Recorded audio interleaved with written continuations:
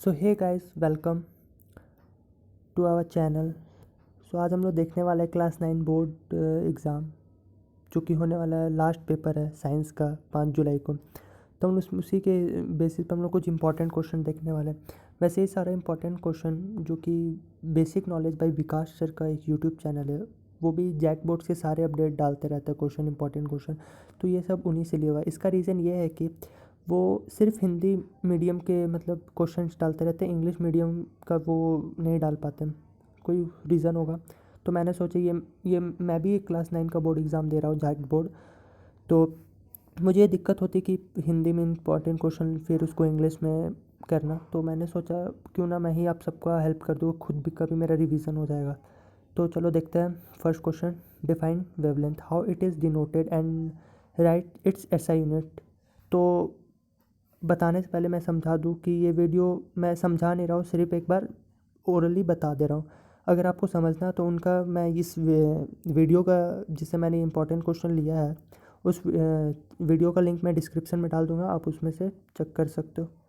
और इस पीडीएफ का भी आपको अगर लिखना है तो उसका भी मैं डाल दूँगा, अदरवाइज़ आप स्क्रीनशॉट ले सकते हो।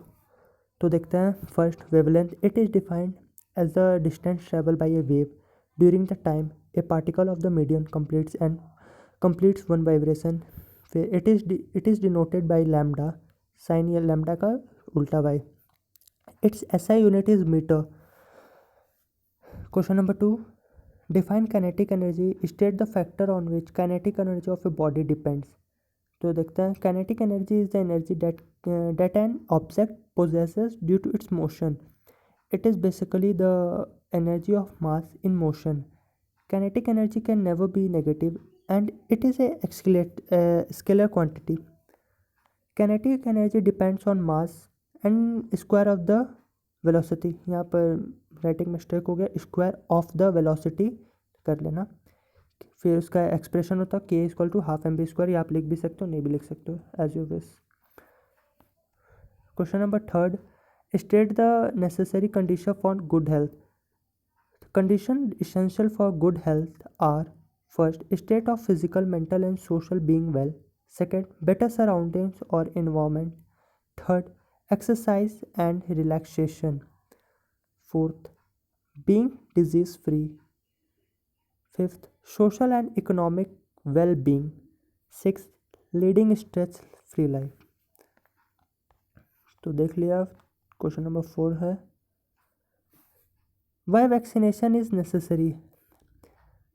The vaccination provide immunity from infectious diseases like tetanus, diphtheria, measles, polio, etc. Our body has an immune system which fights microbial infections. When this system first sees an infected microbe, it kills and the microbes and remembers it. Question number 5 है, what is nitrogen fixation? Nitrogen fixation is a chemical process that converts atmospheric nitrogen into ammonia, which is absorbed by organisms. Nitrogen fixation is essential, converting atmospheric nitrogen into a form that plants can more readily utilize. Question number 6, what is the ozone layer? What are the reasons for its depletion?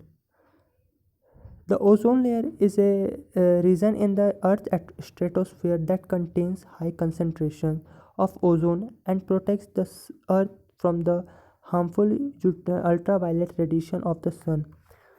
The main cause of ozone layer depletion is buildup of chlorofluorocarbon (CFC) in the atmosphere.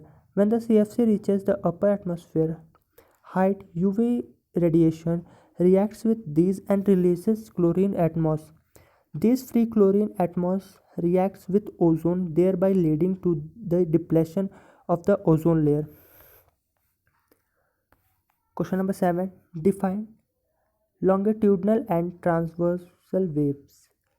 Longitudinal wave. Longitudinal wave is a wave in which the particle movement is parallel to the direction of the wave propagation. This means that the particles move left and right, which in turn makes the other particles start to accelerate. Transversal waves. A wave in which the particles of medium vibrate up and down at right angle to direction in which wave is moving is called transverse wave. Last question देखते हैं, question number 8। Explain Thomson's atomic model. ये important शायद है, ये आ भी सकता है, मेरे को पता नहीं, लेकिन मेरे को ये इम्पॉर्टेंट लग रहा है, तो आप भी लोग भी इसको ये बात ध्यान से देखना। When J.J. Thomson proposed his model of the atom in 1903, then only electrons and protons were known to be present in the atom. According to the Thomson model of an atom consists of a sphere of positive charge with negatively charged electrons embedded in it. फिर 2.2 the object and the positive and negative charges in an atom are equal in magnitude, due to which an atom is electrically neutral.